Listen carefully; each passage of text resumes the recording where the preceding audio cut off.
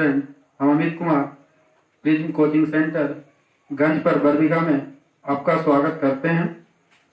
हम पिछले video class में क्लास 12 एनसीईआरटी मैथ बता रहे हैं और इसमें 4.6 चल रहे थे और उसमें आपको क्वेश्चन नंबर 7 तक आपको बता दिए थे। आज क्वेश्चन नंबर 8 आपको बता रहे हैं। इस एक्सरसाइज में हम 2-3 प्रश्न बता देते हैं, उसके बाद ये एक्सरसाइज पूरा बन जाएगा। अगर बचेगा तो कमेंट बॉक्स में क्वेश्चन नंबर डाल दीजिएगा, नहीं तो फिर अगले एक्सरसाइज से चलेंगे। तो हम देखते हैं, ये समीकरण क्वेश्चन नंबर 8 दिया हुआ है कि 2x माइनस वाई बराबर -2, 3x प्लस 4y बराबर 3। तो सबसे पहले इसको लिखते हैं, इस समीकरण को ax बराबर b के रूप में लिखा जा सकता है। हम आपको बताए थे कि इसमें इस तरह से लिखना है, इस समीकरण को ax बराबर b के रूप में लिखा जा सकता है। a के रूप में जो आपका मान होगा ये 2, x के गुणांक यहाँ 2 हुआ, यहाँ x का गुणांक 3, y का गुणांक यहाँ -1, जैसे y के साथ कुछ नहीं तो एक माइनस है तो माइनस है, y का गुणांक यहाँ 4, x के जगह चर मान देना है तो चर मान x और y है, और b के रूप में ये समीकरण के जो इस तरफ होते हैं ये 2 और 3। तो सबसे पहले इसको अवयव विधि से हल करने से पहले संगत और असंगत चेक करना है। तो हम आपको बता चुके हैं कि यदि a का मॉड बराबर 0, तो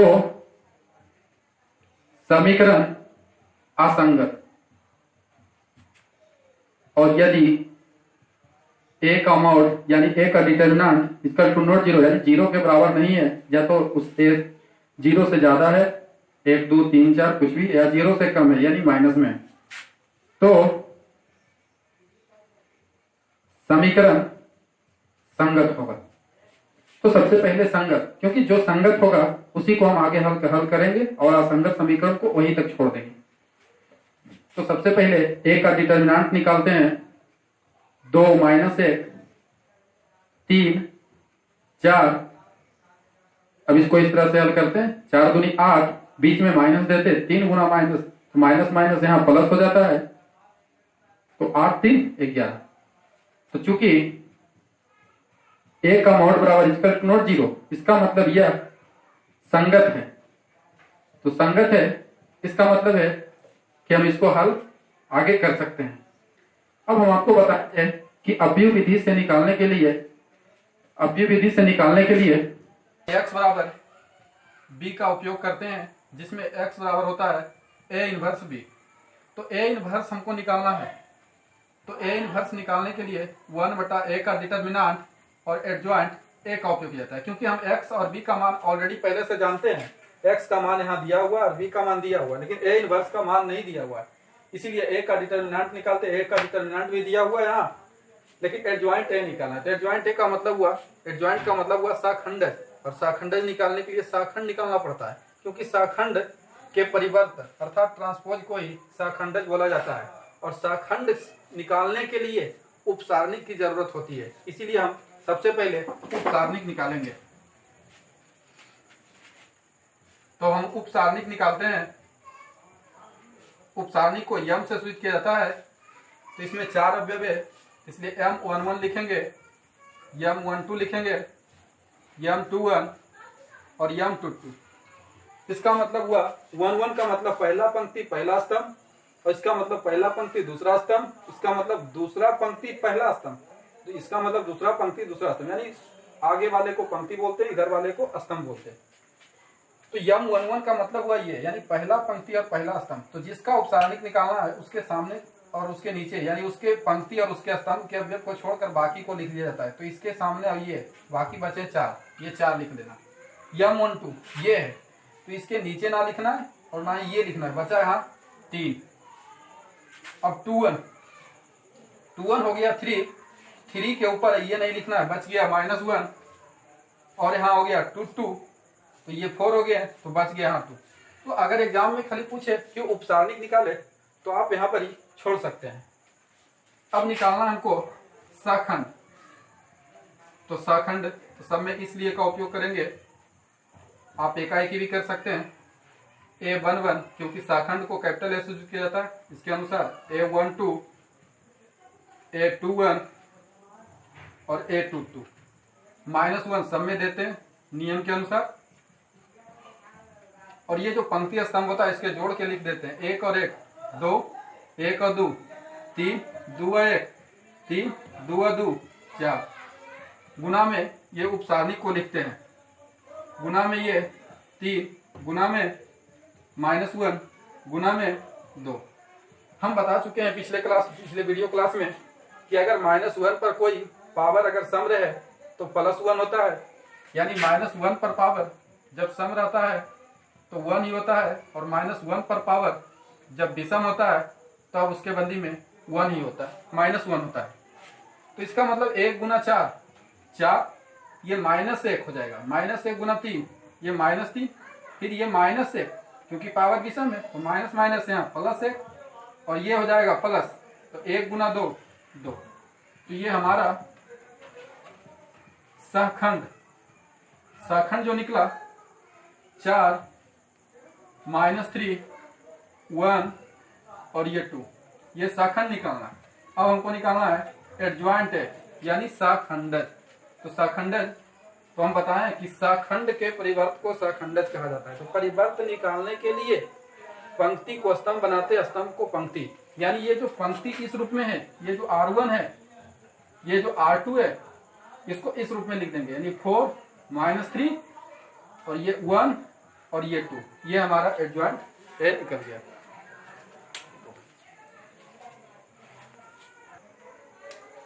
चलिए हम देखते हैं, यहाँ एडजॉइंट ए निकल गया। अब ए इनवर्स निकालते हैं। तो ए इनवर्स बराबर होता है 1/a का डिटर्मिनेंट एडजॉइंट ए। तो ए का जो डिटर्मिनेंट निकला है वे 11 निकाले हैं। एडजॉइंट ए का जो मान निकला है 4 1 -3 और 2। अब चूंकि ax बराबर b होता है, x बराबर a इनवर्स b, x का मान 4 मान निकाल चुके हैं, x और y है। a इनवर्स का मान हमारा हो जाएगा 1/11 4 1 -3 2।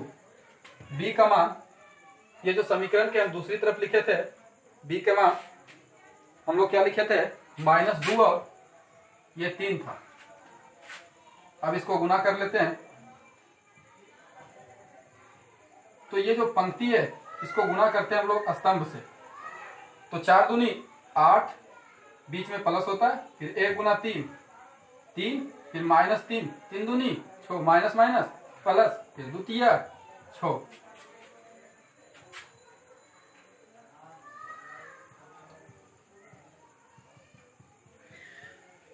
अब यहाँ x और y लिख दिए 1/11, 8 में से 3 गया यहाँ -5 हो जाएगा, और यहाँ 6 और 6 12। अब x और y, अब ये 11 भागा में है तो अंदर कर देते हैं, तो -5/11 यहाँ 12/11। तो अब तुलना कर देते हैं। तो तुलना करने पर तो अब भी विधि से हम कर सकते हैं कि x बराबर जो मान हो गया ये -5/11 और y का जो मान हो गया 12/11।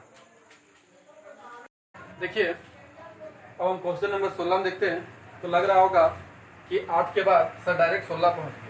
हम इसलिए बता रहे हैं कि आप क्वेश्चन नंबर जो 9 है ये 2 कोटि का है, 10 भी है, 2 कोटि का है, 11 3 इक्वेशन वाले हैं। तो जैसे हम 7 और 8 बताएं वैसे 9 10 आप बना सकते हैं, और 11 से लेकर 15 तक हिसाब जो बनेगा वो आपको इस विधि से बनेगा।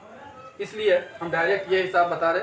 अगर इसके बीच में जो हिसाब नहीं बनेगा आप क्वेश्चन नंबर कमेंट बॉक्स में डाल दीजिएगा, नेक्स्ट क्लास में हम आपको बता देंगे। इसीलिए हम डायरेक्ट ये बता रहे हैं। तो देखते हैं इसमें कैसा है कि 4 केजी प्याज, 3 केजी गेहूं और 2 केजी चावल का मूल्य 60। यानी कहने का मतलब है कि जब कोई व्यक्ति है, मान लीजिए कोई व्यक्ति है, वह 4 केजी प्याज और 3 केजी गेहूं और 2 केजी जब चावल खरीदता है, तब उसके बदले में उसको 60 रुपया देना पड़ता है।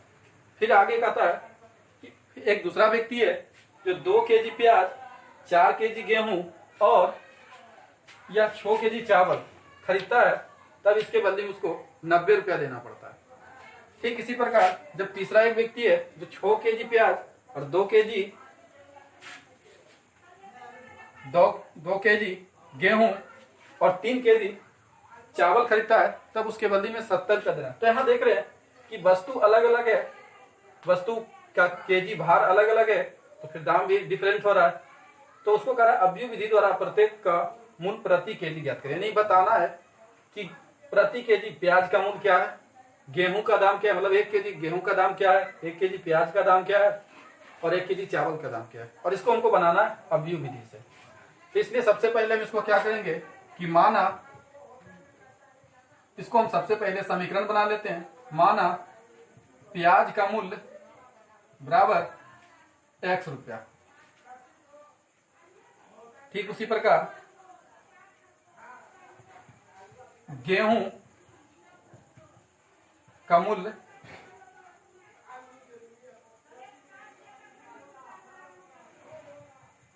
एक केजी प्याज का मूल्य बराबर x रुपया, गेहूं का मूल्य 1 केजी गेहूं का मूल्य बराबर 22 रुपया और 1 केजी चावल का मूल्य बराबर z रुपया। इस तरह से हम इंडिकेट कर दिए। अब हम प्रश्न से चलते हैं। प्रश्न से कह रहा है कि 4 केजी प्याज, तो 1 केजी प्याज का दाम अगर x रुपया, तो आप 4 केजी प्याज का दाम बोल सकते हैं कि 4x। जैसे एक टॉफी का दाम अगर 2 रुपया, एक टॉफी का दाम अगर आप बोल सकते हैं कि 2 रुपया है, तो 5 टॉफी का दाम क्या होगा 10 रुपया। यानी आप उसको मल्टीपल कर देते हैं, गुना कर देते हैं। तो ठीक उसी रूप में 1 केजी प्याज का दाम x रुपया, तो 4 केजी का 4x, फिर बीच में प्लस 3 केजी गेहूं, तो 1 केजी का y, तो 3y, और यहाँ 2 केजी, तो ये 2z बराबर 60 रुपया। हमने प्लस का चिन्ह इसलिए दिया क्योंकि तीनों को खरीदते हैं तब हमको 60 रुपया देना पड़ता है, इसलिए हमने यहाँ पर ही प्लस किए हैं। ठीक इसी प्रकार 2 केजी प्याज, तो यहाँ 2x, 4 केजी गेहूं तो 4y, 6 केजी चावल 6z बराबर हमको देना पड़ता है 90 रुपया। ठीक इसी प्रकार 6 केजी प्याज 6x, 2 केजी गेहूं 2y, 3 केजी चावल 3z बराबर देना पड़ता है 70। अब हमारा समीकरण बन गया है। अब हम इसको लिखेंगे। इस समीकरण को ax बराबर b के रूप में लिखा जा सकता है। तो a का जो मान होगा यहाँ x के गुणांक 4 2 6, यानी 4 2 6। अब यहाँ y के गुणांक देखते हैं 3 4 2। अब यहाँ z के गुणांक देखते हैं तो 2 6 और ये 3, 2 6 3, और x के चर मान के रूप में 3 गो है, x y और z। अब बचा b, तो b का मान जो ही होता है जो समीकरण के दूसरी तरफ होते हैं। समीकरण के दूसरी तरफ क्या है 60 90 और 70, 60 90 70। अब हम इस रूप में लिख लिए। तो अब सबसे पहले हमको संगत और असंगत चेक करना है, क्योंकि संगत रहेगा तभी हमको आगे बढ़ना है और असंगत रहेगा तो हमको वहीं छोड़ देना है। तो सबसे पहले चेक करने के लिए a का डिटर्मिनेंट करते हैं, तो इसमें हम किसी के अनुदिश विस्तार करते हैं। तो ये हमारा पहला रो हो गया, ये दूसरा हो गया R2, ये हो गया R3। तो हम लिख देते हैं कि R1 के अनुदिश विस्तार करने पर, तो जिसके अनुदिश विस्तार करते हैं उसका चिन्ह लिया जाता है। तो यहाँ हो जाता है प्लस, यहाँ होता है माइनस, यहाँ होता है प्लस, और उसके अवयव को इस तरह से हमने घेर दिए समझाने के लिए आपको। अब देखिए जिसके अनुदिश विस्तार करते हैं उसके अवयव बाहर होते हैं, तो बचे 4, ये 4 बाहर होगी। तो जिस अवयव को हम बाहर किए उसके सामने ना ही पंक्ति को लिखना ना ही स्तंभ को लिखना है, तो बाकी क्या अवयव बचे? ये देखिए 4 6 4 6 2 3 4 6 2 3। अब बीच में है माइनस, यहाँ प्लस है, तो माइनस प्लस माइनस ही होंगे 3। अब ये 3 के साथ ये पंक्ति नहीं लिखना ना ही स्तंभ, यानी 2 6 और ये 6 3। इसी प्रकार यहाँ प्लस है तो प्लस 2 हो जाएगा। अब इसके सामने ये ना लिखना है, तो 2 4 6 2 2 4 6 2। अब हम इसको गुना करते हैं। गुना हम आपको बता चुके हैं, 4 तिया 12 और 6 दूनी 12 इस रूप में, 3 दूनी 6 और 6 6 36, क्योंकि इस रूप इधर से जब गुना करते हैं तो माइनस देते हैं। 2 दूनी 4 और 6 6 24। ये 12 में से 12 गया 0, तो 4 गुना 0 हो जाएगा। ये 36 में से हो जाएगा माइनस 30 होगा, और माइनस 30 माइनस माइनस यानी 3 गुना माइनस 30 होगा। और ये 24 में से आ जाएगा माइनस 20। ये तो 0 हो गया, ये माइनस माइनस प्लस 30 दिया 90 हो गया। ये 20 दूनी 40, यानी यहाँ बचा क्या? 50। तो देखते हैं, चूंकि ए का मोड या ए का डिटरमिनेंट बराबर नॉट 0, यानी 0 यहाँ नहीं आया, यानी 50 आया है, तो इसका मतलब यह, इसलिए यह संगत है। तो संगत है तो इसका मतलब है इसका हल करना। तो फिर से अब भी विधि से हल करने के लिए वही हमको करना पड़ेगा, उपसारणिक निकालना होगा, फिर शाखंड निकालना होगा, फिर शाखंडज निकालना होगा, तब जाके हमारा ये हिसाब बनेगा। तो इसके लिए हम ध्यान देंगे 3 कोटि वाले कैसे होते हैं उपसारणिक। इसमें 9 अवयव हुए, 3 3 6 3 9, तो इसका मतलब इसमें 3 पंक्ति 3 स्तंभ है।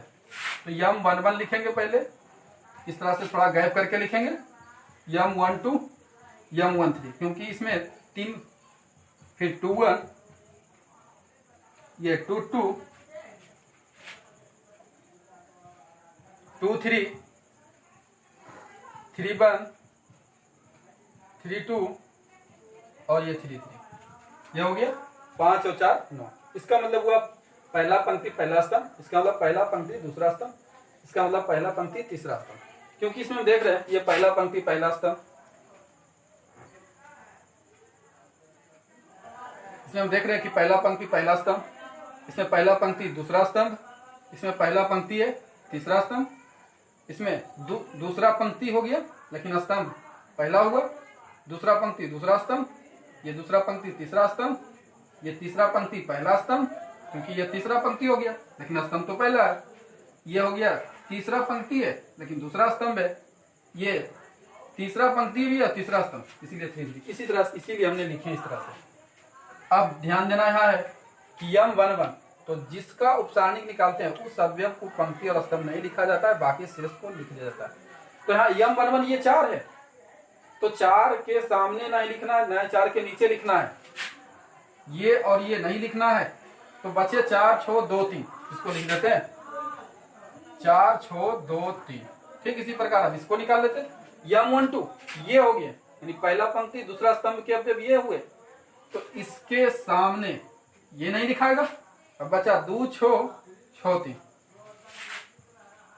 2 6 6 3।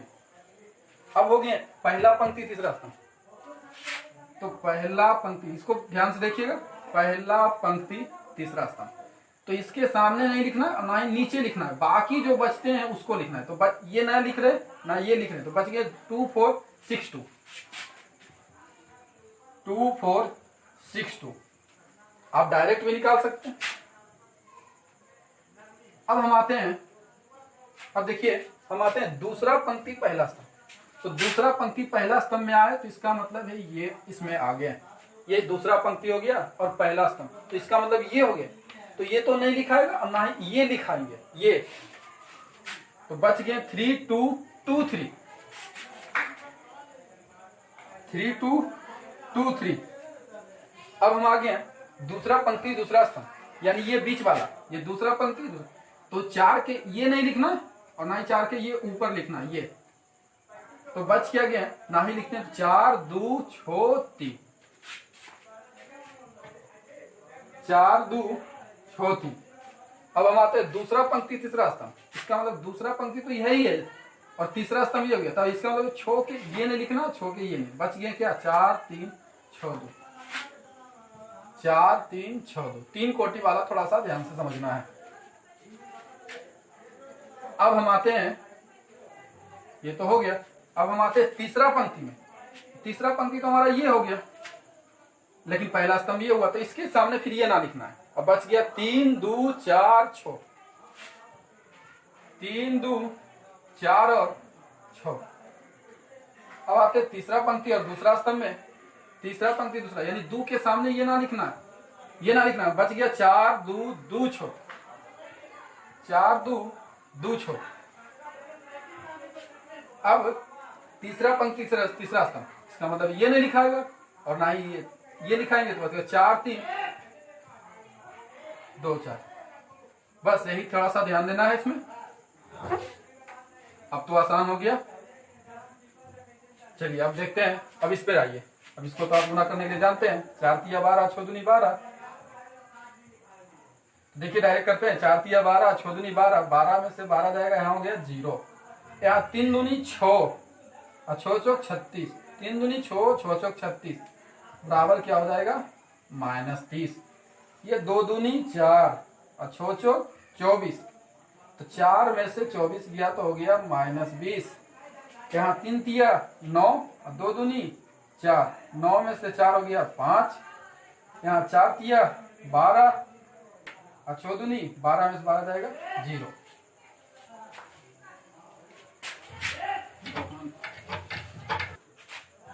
अगर आपको डायरेक्ट नहीं हो रहा है तो आप इस तरह से भी गुना कर सकते हैं।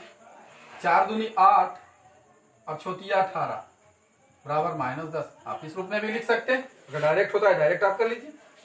6 तिया 18 4 दूनी 8 बराबर 10।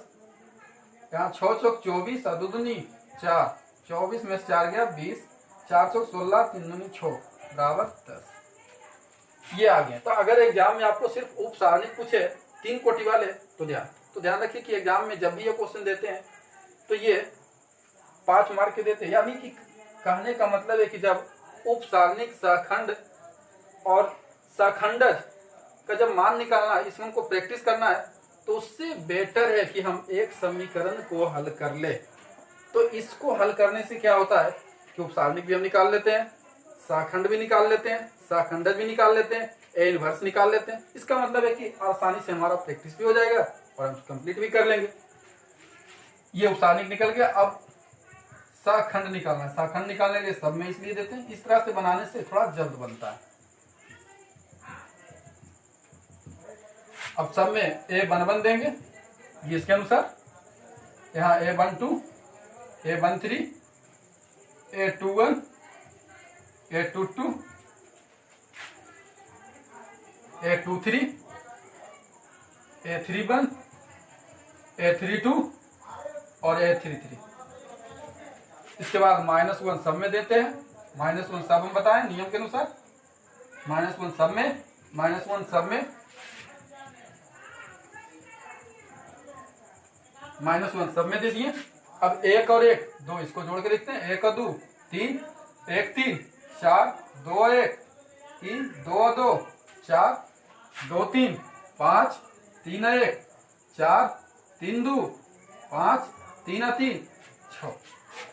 फिर गुना में ये उप सारणिक को डालते हैं। यहाँ 0 गुना में यहाँ -30,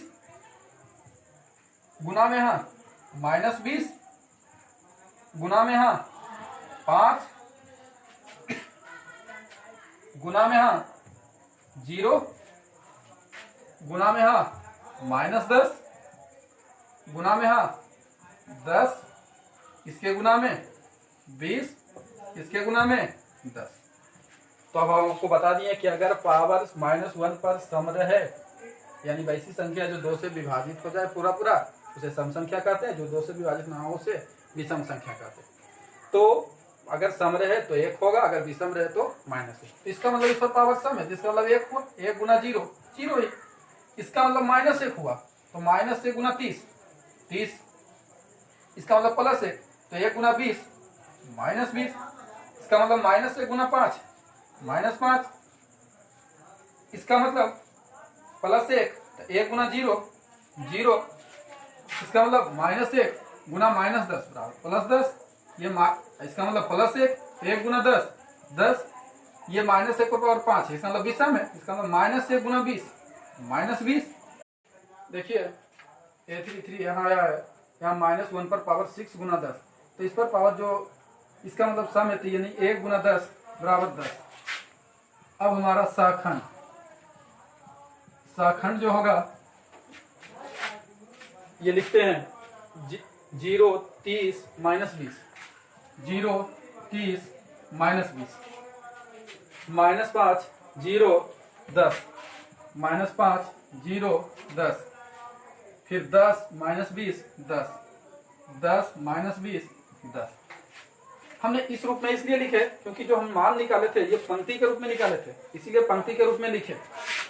अब हम साखंडज यानी एडजॉइंट ए, तो हम आपको बता चुके हैं कि साखंड के परिवर्त को साखंडज कहा जाता है, यानी इसके पंक्ति को स्तंभ बनाना। ये जो इस रूप में लिखा है इस रूप में लिखते हैं 0 30 -20 -5 0 10 10 -20 10।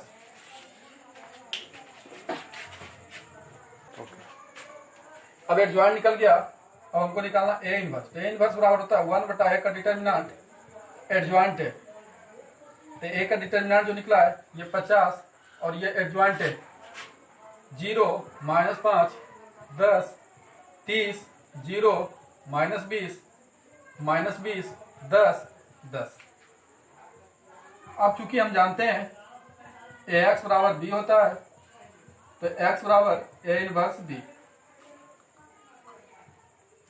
x का मान हम देते हैं x/z, a इनवर्स का मान है 1/50 0 -5 10 30 0 -20 -20 10 10, और b का जो मान हमारा था ये 60 90 और ये 70 था।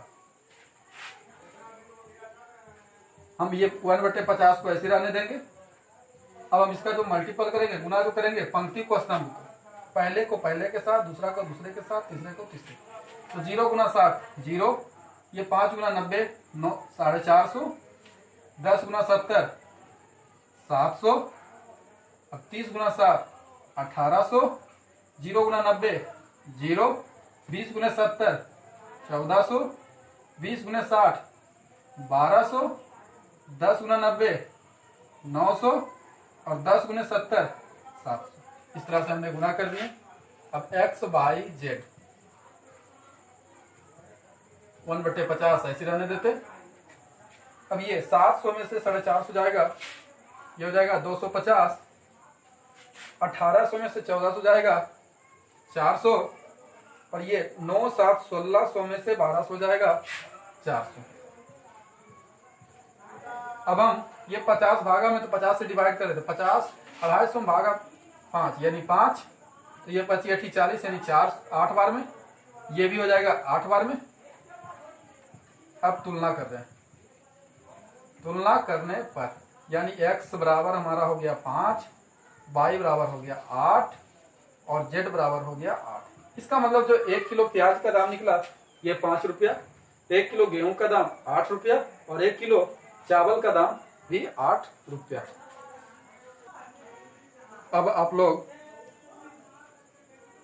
9 से 15 तक क्वेश्चन आप लोग बनाइएगा, और जो क्वेश्चन नहीं बनेगा आप लोग को से वो कमेंट बॉक्स में क्वेश्चन नंबर लिख के डाल दीजिएगा, हम उसको बता देंगे।